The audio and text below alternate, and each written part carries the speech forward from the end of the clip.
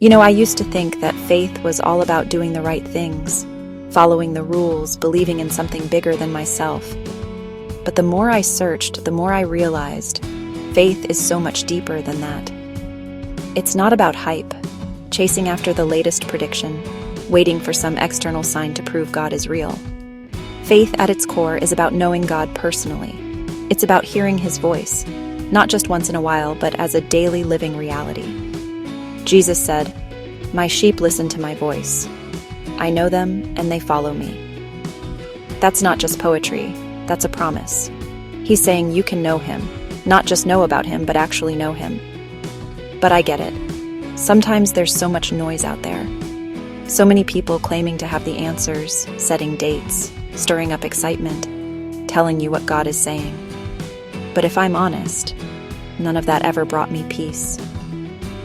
What changed everything was when I stopped chasing after external confirmations and started seeking the guidance of the Spirit of God for myself. And you know what? That's what God really wants. He doesn't want a distant relationship or for you to feel like you have to go through someone else to reach Him. He wants intimacy with you. He wants you to recognize His voice in the middle of the chaos, to feel His presence in the quiet moments, to know that you are seen, known, and loved. So if you're feeling lost, or maybe you've been relying on someone else's faith, I want to encourage you. Stop, breathe, and listen. Ask God to speak to you. Open your heart to Him. Let go of the need for hype. Let yourself be drawn into a real, living relationship with Jesus. Because faith isn't about following the crowd. It's about following the shepherd.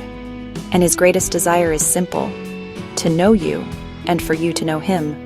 That's the essence of faith. And it's yours for the taking, right here, right now.